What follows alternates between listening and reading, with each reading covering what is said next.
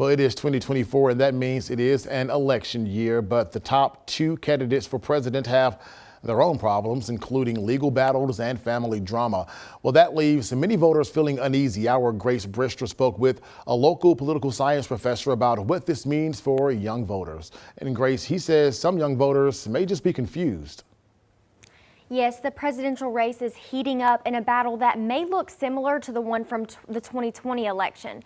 With all the uneasiness, many young voters aren't sure where to stand on the political scale, and that may lead many people to not vote at all.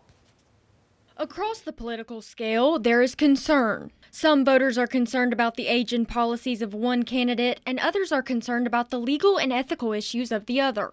This is just the tip of the iceberg for voters across the country. So what does this mean for young voters? Dr. Brian Shoup is a political science professional, and he says this is a contemporary moment where there seems to be a lot of dissatisfaction with the two candidates. This was something that really initially emerged in 2016, which really was the first presidential election, I think, in most modern people's lifetimes, where both candidates were remarkably unpopular, with neither one really having over 50% positive image by the electorate. Shoup says this is what political scientists refer to as negative partisanship. There are a lot of people who don't necessarily vote for a specific candidate. They might not cast their vote because they support former President Trump or because they support President Biden, but rather they cast their ballot because they so dislike the other candidate. Shoup says he doesn't think this is something our founding fathers intended for Americans to experience when we pick our leaders. And not knowing which side to stand on may be a good thing, and he doesn't see that as dangerous.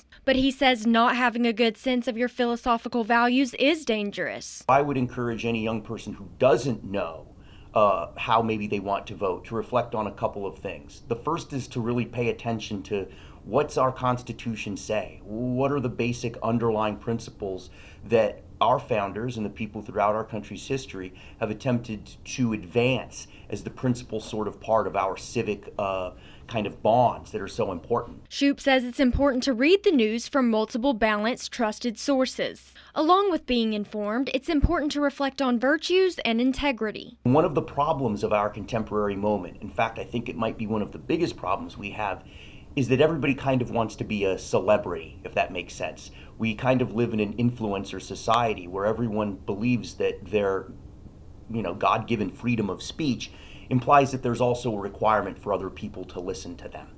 And the spread of social media kind of feeds into this felt need that a lot of us have, that our voice is the most important one.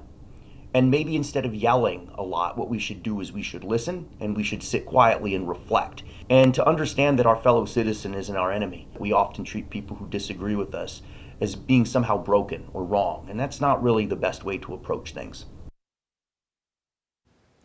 Shoup says taking the time to learn about important issues will help you make an informed decision at the ballot box.